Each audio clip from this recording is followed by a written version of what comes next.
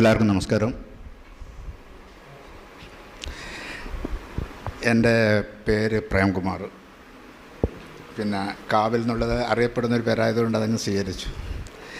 ഞാൻ ഈ കോളേജിൽ പ്രീ ഡിഗ്രി വരെ പഠിച്ച അന്ന് +2 ഇല്ലായിരുന്നു. പിന്നെ BA ലിറ്ററേച്ചർ, ഇംഗ്ലീഷ് ലിറ്ററേച്ചറായിരുന്നു. ഇപ്പം ഞാനിരിക്കുന്നത്, ഇപ്പം നമ്മൾ ഇപ്പോൾ ഇരിക്കുന്ന ഡാസ് ലൈബ്രറി ആയിരുന്നു എന്നാണ് എൻ്റെ തോന്നൽ. പിന്നെ എൻ്റെ ഇതിൻ്റെ തൊട്ടടുത്ത 2 ക്ലാസ്സുകൾ എൻ്റെ English first year, second year, third year complete ചെയ്ത് പോയതാണ്.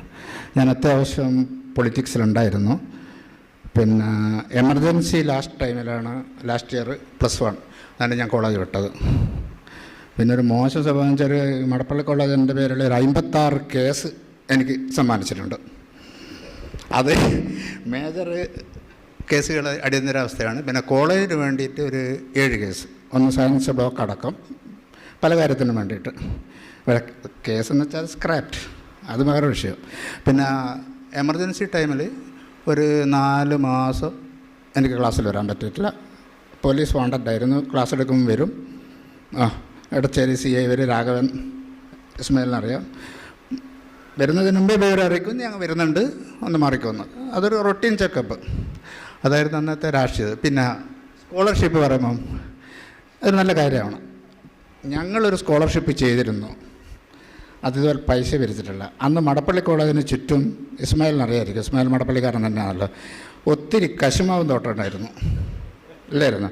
കുറച്ച് 40-42 തെങ്ങ്. അപ്പം അത് മടപ്പള്ളി തന്നെ ഒരാൾ ഒരു 260 രൂപയ്ക്ക് ലേലത്തിനെടുക്കും.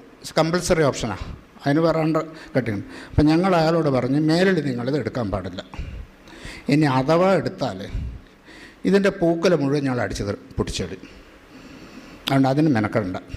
അങ്ങനെ ഞങ്ങൾ കോളേജ് സ്റ്റുഡൻസ് എന്നുള്ള ആൾക്ക് എനിക്കത് വിളിക്കാൻ പറ്റില്ല. ഞങ്ങൾ പുറത്തൊരു സാധാരണക്കാരനെ ഡെമ്മി വെച്ച് അത് വിളിച്ചു.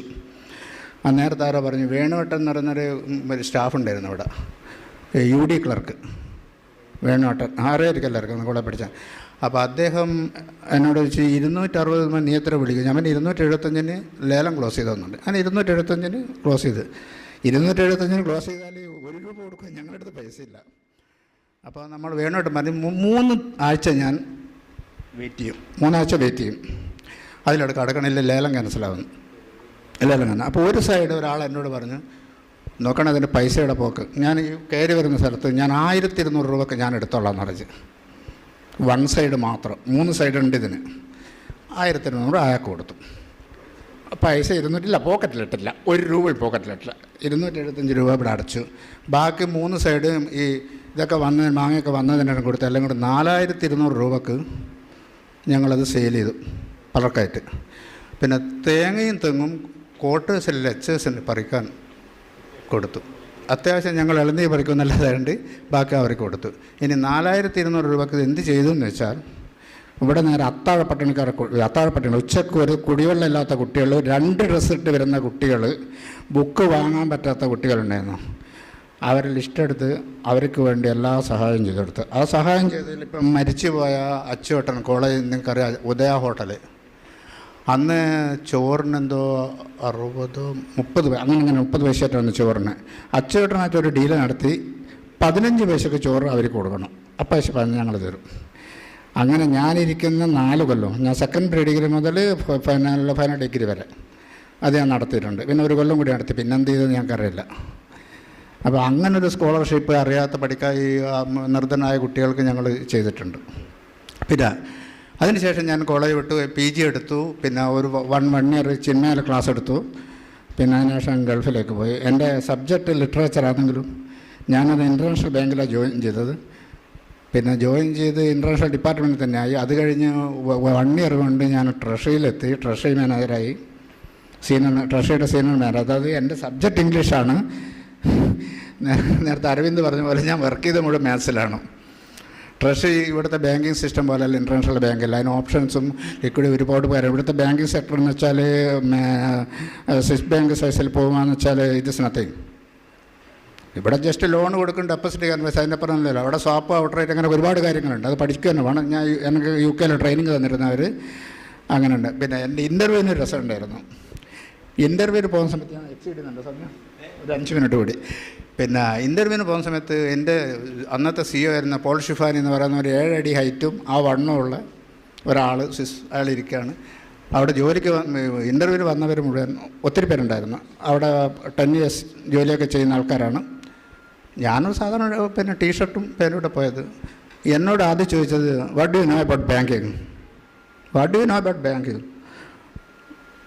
ഞാൻ കള്ളം പറയേണ്ട ആവശ്യമില്ലല്ലോ. ഞാൻ I am a big zero in banking, I know this much എന്ന് പറഞ്ഞു. യു വെയിറ്റ് ഔട്ട് സൈഡ് എന്ന് പറഞ്ഞു. അപ്പോൾ പിന്നെ പടം മടക്കിയല്ലോ, മറ്റവർക്കൊക്കെ എക്സ്പീരിയൻസ് ഉണ്ട്. പക്ഷേ ഫോർച്യുനേറ്റ്ലി unfortunately I was appointed same day. അപ്പോൾ അത് കഴിഞ്ഞ് 2 ദിവസം കഴിഞ്ഞ് ജോയിൻ ചെയ്തപ്പോൾ അയാൾ എന്നോട് പറഞ്ഞു, എന്തിനാണ് ഞാൻ നിന്നെ ഫിക്സ് ചെയ്തെന്നറിയാം, ഇൻ്റർവ്യൂവിന് വന്നതിൽ നീ മാത്രമേ സത്യം പറഞ്ഞുള്ളൂ, ബാക്കി എല്ലാവരും എന്നെ പച്ച മലയാളത്തിൽ പറഞ്ഞാൽ കുപ്പിയിലിറക്കാൻ ശ്രമിച്ചതാണ്. So you are the right person, because banking ഇൻഡസ്ട്രിക്ക് സത്യമേ പറയാവൂ, ട്രസ്റ്റ് വർത്തിയായിരിക്കണം. പിന്നെ ട്രെയിനിങ് അന്വേഷിച്ച് വന്നു. പിന്നെ അത് കഴിഞ്ഞ് ഇത്രയും ജോലി ചെയ്തു. പിന്നെ ഫാമിലി ദുബായിലായിരുന്നു, മക്കൾ അവിടെ ജനിച്ച് വളർന്ന് പഠിച്ചതാണ്. അവർ വെൽ എംപ്ലോയിഡാണ് അവിടെ. ഒരാൾ ഒരു ഇൻ്റർനാഷണൽ ബാങ്കിൻ്റെ HR മാനായിരുന്നു, മറ്റൊരു ബ്രിട്ടീഷ് പിന്നെ ഇതിൻ്റെ സെക്രട്ടറിയാണ്. പിന്നെ അത് കഴിഞ്ഞ് ബാങ്കിങ് കഴിഞ്ഞു. പിന്നെ ബാങ്കിങ്ങിൻ്റെ അവസാന നടത്തുമ്പോൾ ഞാൻ UN ജോയിൻ ചെയ്തു. ഇപ്പം ഞാൻ UN ഇതിനകത്ത് ഹ്യൂമൻ റൈറ്റ്സിൽ ഹോണററി എക്സിക്യൂട്ടീവാണ്. ഇതാണ് എൻ്റെ ലൈഫ്. പിന്നെ മറ്റൊരു മോശ സ്വഭാവം എന്ന് വെച്ചാൽ, ഞാൻ ഏത് സദസ്സിലായാലും ഏത് രാഷ്ട്രീയക്കാരൻ എൻ്റെ മുന്നിലിരുന്നാലും ബന്ധമായാലും എനിക്ക് പറയേണ്ടത് പറഞ്ഞിട്ടേ പോവും. അതാൾക്ക് ഇഷ്ടപ്പെട്ടാലും ഇല്ലെങ്കിലും. അതെന്നെ കൊന്നാലും പോവും. കോളേജ് പഠിക്കുമ്പോൾ കിട്ടിയൊരു ഗുണമാണ് മടപ്പള്ളി കോളേജിൻ്റെ, പറഞ്ഞേ പോവുക. ഇഷ്ടപ്പെടണ്ട, അല്ല വിമർശനം ഒക്കെ നോ പ്രോബ്ലം, അതെൻ്റെ വിഷയമേ അല്ല. You can do it. അതിനർത്ഥം അതിനൊരു കാര്യമുണ്ട് എന്ന് വെച്ചാൽ, if you want to avoid criticism, say nothing, do nothing, and finally be a big nothing. Thank you very much.